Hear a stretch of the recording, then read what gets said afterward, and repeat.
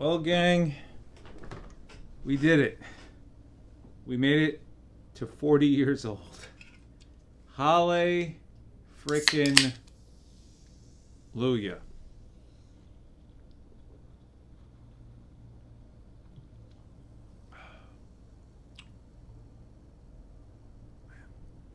It's really crazy to think, to be completely honest with you guys. But on today's somewhat early video, and actually filmed on the day that it is published, I am 40 years old, which is wild to think about, considering I originally started on YouTube way back in the day in my 20s. That's nuts. It's also crazy to think I've literally been playing video games for a majority of my life. I am wearing a video game t-shirt. I have a video game mouse pad, and I have a wall of nerd video game shit right in front of me. And I am 40 years old. You know what, though? It doesn't matter. It's what you're into. It's what I'm into. It's what we're into. And I don't think age really plays a part into it at this point. Yeah, you could say, hey, I play games. Oh, you're 40 years old. Ah, you're 50 years old. Ah, you're 18 years old. It's all the same shit. You're just looking for enjoyment. You're looking to experience worlds that you don't have in your everyday life. And I'm kind of riffing off of Happy Console Gamer on this one because he put it best when I think it was when he turned, maybe it's when he turned 50, actually. Or he turned 40. I can't remember which year, which decade it was. But he's right. It's what you're into. You got it. If you enjoy it, more power to you. If you're still rocking this shit and you can get away with it, more power to you. If you're starting to get arthritis, but you can still play games, more power to you. And by the way, I think I'm getting arthritis in my knee. But that's due to 25 years of fucking running. Don't do it. Ride a bike. It's safer. But seriously, though, in this video, I kind of wanted to talk about a little bit about video games, birthdays, aging, and leap year. Because let's be honest, being a leap year baby is really strange. The idea that I literally, on my birthday, have to apologize to all birthdays after me because I effectively delay it a day, or we collectively of the leap year babies delay everybody's future birthday by a day. It's a weird novelty because as a kid you think it's really cool, and then once you get to like that 18, 19, 20 thing and people start to ID you at clubs and whatnot, you start to get annoyed because like, oh, you can't come. It's like, fuck off. I've been hearing this for 20 years. Stop. It's not funny anymore. You think you're cute. You think you're the only one who came up with it. Screw off. And then you get thrown out. But then as you get older past that, at least in my experience, you start to get jaded. I've always been really weird about my birthday ever since I was a little kid. When it was a leap year, it was party central. February was not anime month. It was not Black History month. It was Alex's birthday month. That was me as a kid on leap years. When it wasn't a leap year, I wanted nothing to do with my birthday. Like, literally, because it didn't exist.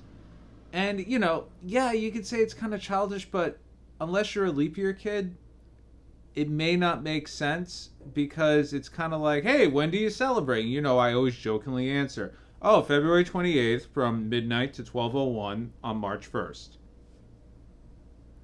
And people are like, oh, that's strange. And then as I got older, I was like, whatever's closer to Friday is the day I pick.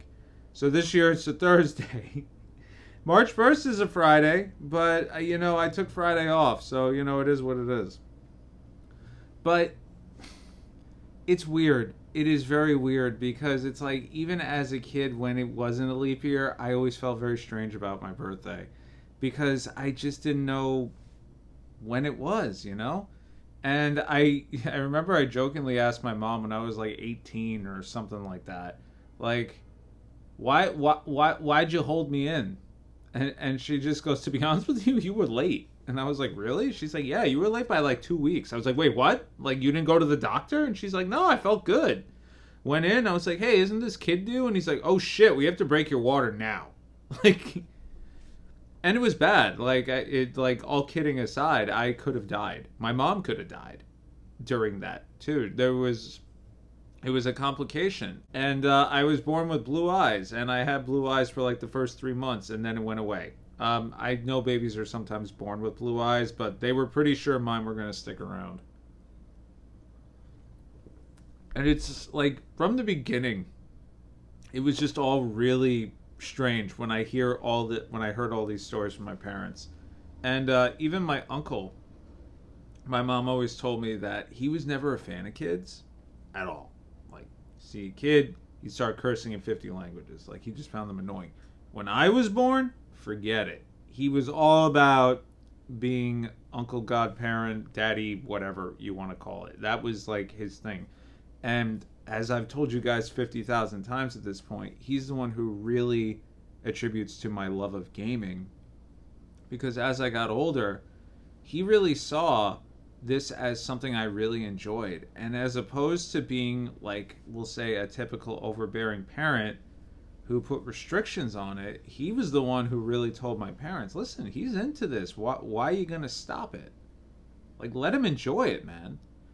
My uncle came up in a very... Actually, I should back up a little bit here. My uncle that I always talk about is not actually a blood relation to me. But that doesn't matter. He's family. And, you know, he was always a friend of my dad first. Then he got to know my mom, and he was friends with them for several years. And, you know, he was there when I was born. He drove my dad to the hospital. He dropped off my mom at the hospital. Like, he was there from 21 Jump Street. I think that's the expression. He was there from go. So when I was born, it was like his own kid, for lack of a better word. And, you know, he was always the one with operas and ballets and music and culture and theater and all. And he taught me all that stuff. And when it came to video games, he saw genuine enjoyment coming from me.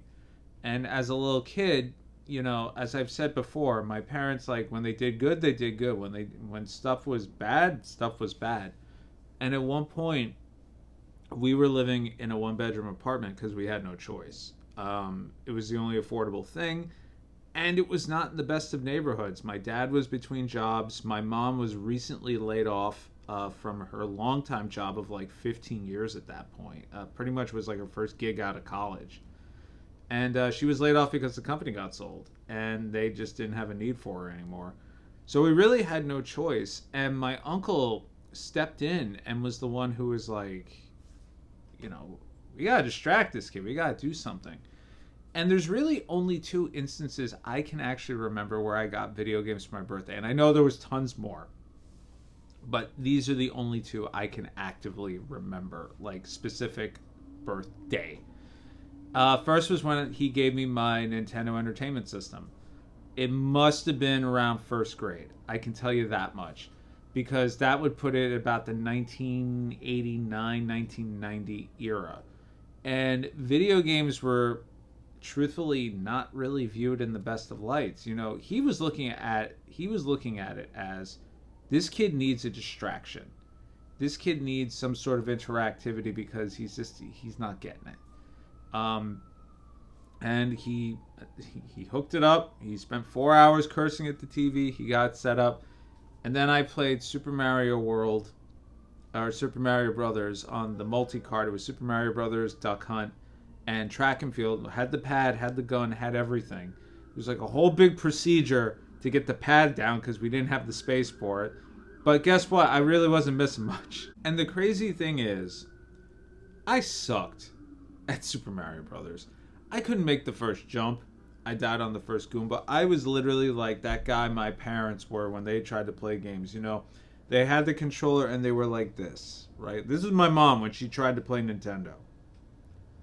Over time, obviously, things changed, and now, you know, I still actually play fighting games like that, to be honest with you, because I don't use a joystick. I prefer a pad, but I like to use my fingers for the buttons, which is pretty odd, but I've seen it before. But I couldn't do it. But I, like a little kid, just did it over and over and over and over and over and over. And then one day, one of my, another family friend, Hamdi, who I called Uncle Hambo, because he looked like Rambo. Um, he comes over and he's like, "Oh, hey, a Nintendo," and he gets right to World like freaking 3 immediately. No death, just does it. And I was like in awe. I was like, "This is the greatest video game player of all time." And even my mom was like, "I didn't know you played games." She's like, "Dude, how can you not? This is so much fun. I am so happy you guys got him this. Like, this is great." My mom's like, "I don't know. I have a feeling he's going to get addicted or something." Addicted, she says. But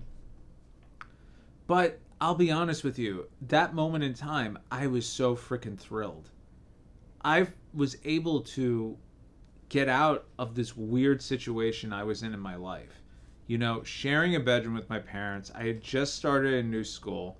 And as luck would have it, my parents actually discovered that I didn't know how to read in first grade. Not because of lack of trying. I was never called on. I was never asked to read aloud. I wasn't playing RPGs. I wasn't playing video games where I was forced to read. I wasn't given books to read in school at that point. I had just started. And truthfully, what really helped, besides the teachers being like, "Yo, we have to help this kid," were video game manuals. I got Zelda eventually, the gold carts. I got Zelda 1 and 2 on the same day. Don't remember the context of when it was, but I remember I got both on the same day. And I was able to read those manuals at that point. And every time I got a video game manual, I'd flip through it, I'd look at the artwork, and I'd read it cover to cover, including the warnings and precautions. I read it. And that helped. And I guarantee you, my uncle was like, "See, told you this shit would help." But, I think initially when I got that Nintendo, I was like the happiest person alive. And there was no greater thing I could possibly get. The irony is the first system I actually remember playing as a little kid was the Sega Genesis, which obviously I wouldn't get till many years later. But at Christmas of that year or the following year, I think, my Uncle Hambo got me a Game Boy. And he got me Super Mario Land, which was very different, and Tetris. And those were the only 2 Game Boy games I had for like the better half of 5 years or something, until I got Penguin Wars and Bugs Bunny's Crazy Birthday Castle. Or whatever the hell it's called. But yeah, it was a Nintendo that really kind of started this whole crazy journey off. And then when I got back into retro collecting years later, it was a Christmas where my wife got me a Nintendo set. With a bunch of games, a bunch of shooters, a bunch of high-profile games. She had it sent to her house. She got her old CRT from college. She brought that into the apartment. All that stuff. She orchestrated the whole thing. And then all of a sudden, a Super Nintendo showed up, and then a Dreamcast showed up, and then a Saturn showed up, and then a Sega CD showed up. And ever since then, she's like, "No more fucking video games for me. I am out." But my uncle really fed into it. And even when my parents were like, "No, he needs clothes, he needs sweaters, he needs ties, he needs socks, he needs this, he needs that." And let's be honest, we've all been there. Holidays, birthday, Christmas, there's always like the one parent or the aunt or the uncle who gets you a bunch of sweaters, a bunch of clothes. You didn't want that. Now as an adult, we actually do want clothes. But as a kid, that was the boring stuff. That's not what you wanted. It's not what you got excited about. Now, if you did get excited about it, more power to you. I was not. I was a chubby kid. I did not want to be running around in corduroy pants and a red fucking sweater. That is asking to get made fun of. And guess what? It did happen. And it was pretty bad. It was pretty bad. I've said it before, kids are vicious. Especially during this time, getting into video games. You were excited. I went to school and was like, "I got a Nintendo." I'm like, "Oh, Nintendo? Like, that's for little kids." Or my parents say that's for idiots and stuff like that. And it's kind of crazy to think about going all the way back then and fast forwarding into now, where I dare say video games are trying to be the medium that movies were for our parents at that point. But I'm getting ahead of myself here. After the NES, there was a bunch of Christmases. Christmas, I got a Super Nintendo. But the birthday experience I always remember in the back of my head, and this is another challenge that I've had with leap year birthdays for as long as I remember. 9 times out of 10, my birthday falls on a goddamn Wednesday. Hump day. The worst fucking day of the week. 9 times out of 10, every year I would talk to my mom. She'd be like, what day do you want to do your birthday? I'd say Friday. She goes, but your birthday's on Tuesday. Your birthday's on Wednesday. I'm like, I don't care. It's a terrible time to go out and celebrate.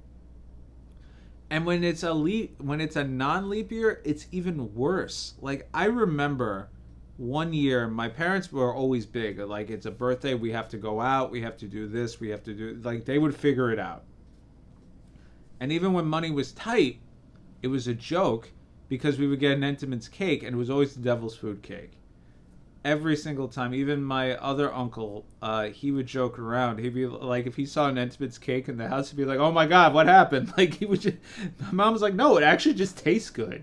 Like, it's a guilty pleasure food. And it's really funny because even, like, a bunch of my friends, they all knew about it too as kids growing up.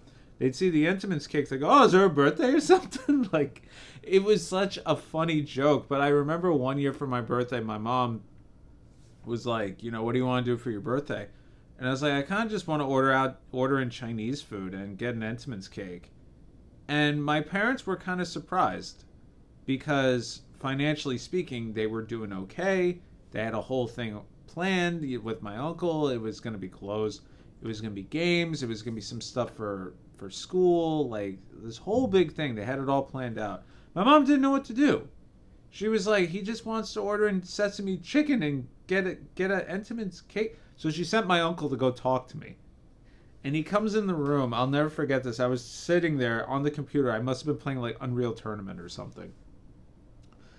And he just levels with me immediately. He goes, listen, your mom sent me in here. like he's like, I want no part of this. He goes, do you really just want to order Chinese food, or are you like over this birthday because it's not a leap year and you just want to get it over with? And I looked at him and I went, I kind of just want to get it over with. And he just went, fine. He went in the other room and he told my mom, I'll never forget, so I'll get chicken and string beans with white rice and an egg roll. And that was it. And we had Chinese food. And my mom ran downstairs and got an Entenmann's cake. And I was just happy just to get that out of the way and get back to playing video games. And since I tend to remember things by triggers, I actually had one yesterday as my radiator starts to click because I have no control over that. I was actually going through my Switch collection. Because at this point, truthfully, some stuff just runs like dog shit on the Switch and I just can't have it anymore. And I was going through a bunch of like these retro collections. And, you know, for the most part, most of them actually run well on the Switch.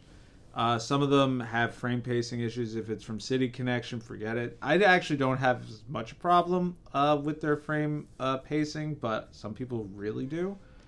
But I came across the Mega Man X collection, and it just shot right into my head when I got Mega Man X for my birthday, which was probably 93, 94-ish, around that time. Because at that point, my parents were doing better financially, but they held to it. It's either your birthday, it's Christmas, or sometimes Easter, which was my uncle, just because he's like, listen, he's not going to make it until his birthday or Christmas for this thing.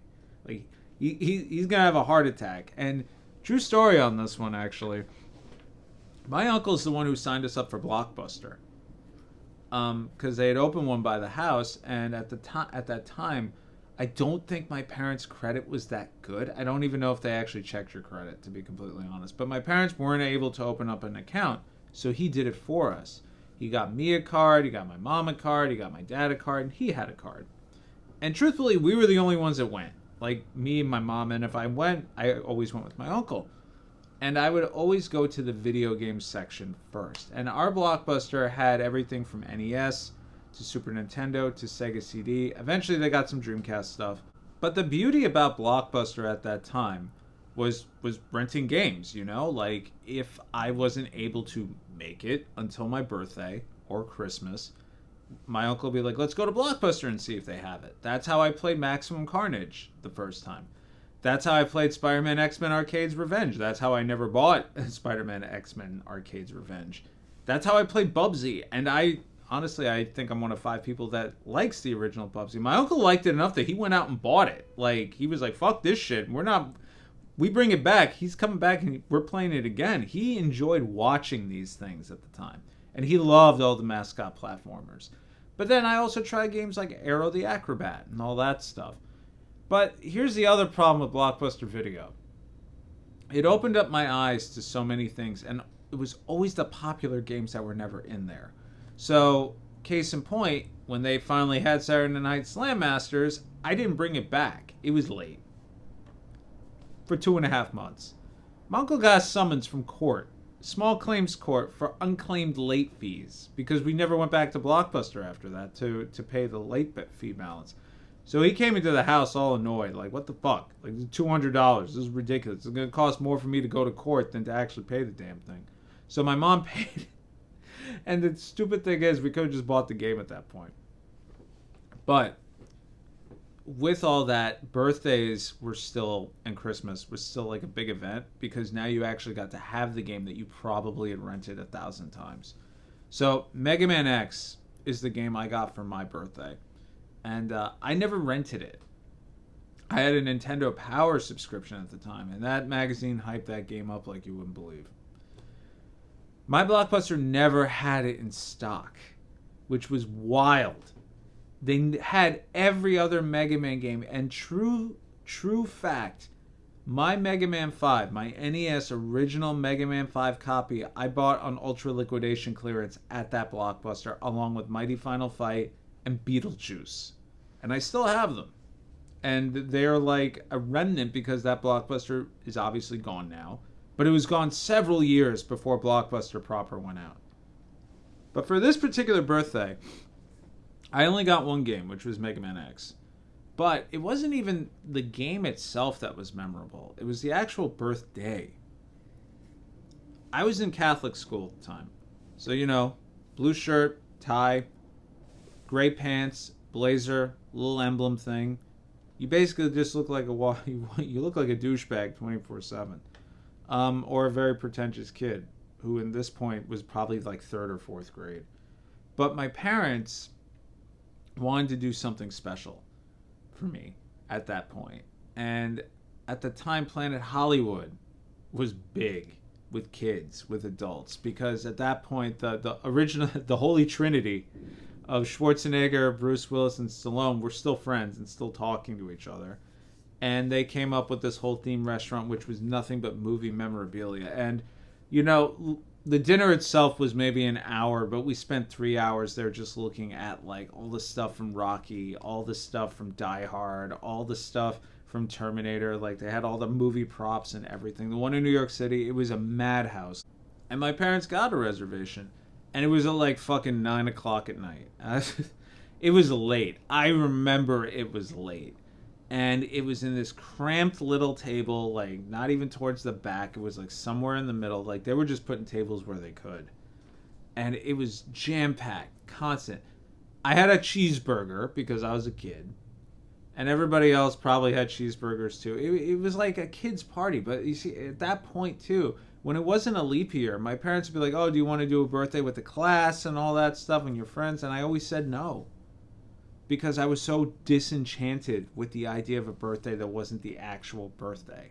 And to this day, I'm kind of the same. Like, people are like, oh, you want to get together, do something? Like, yeah, we'll just go for drinks. Like any other Friday, you know? And this year was no different. I just wanted to go out to eat, and that was it. Or order Chinese food. But that dinner, man, I mean, yeah, it's a theme restaurant. Yeah, Planet Hollywood isn't what it is anymore. But I was so happy. And at the end of the dinner, my uncle's whole thing was he didn't give you gifts until the end of the evening. Christmas dinner ended at 5 p.m. You didn't get your gifts until you left at like 10:30 in the evening. Or the following day, one or the other. So my parents gave me my gifts at dinner. You know, the restaurant comes out with the cake and the sparkly thing. You know, everybody sings and it's embarrassing and, you know, all that crap. And my uncle has no gifts. We go back to the house and it's late. It's like pushing 11 o'clock. And it's a Tuesday because I have to go to school the next day because that's how we roll. And my mom's looking. I'm like, dude, give him the fucking game already. This is ridiculous. And he gives me Mega Man X. Adult Alex is very disappointed, but Kid Alex ripped that box in half. I was stoked. And I played that game maybe for 10 minutes before I had to go to bed. How much of a tease is that? One of the most iconic rebrands of an iconic series ever on the Super Nintendo. I love this game to this day. It is arguably my favorite Mega Man X game, and I'll say it's nostalgia glasses, I'll say it's all that stuff. But I got shooed off to bed. I didn't even get a chance to fight Chill Penguin.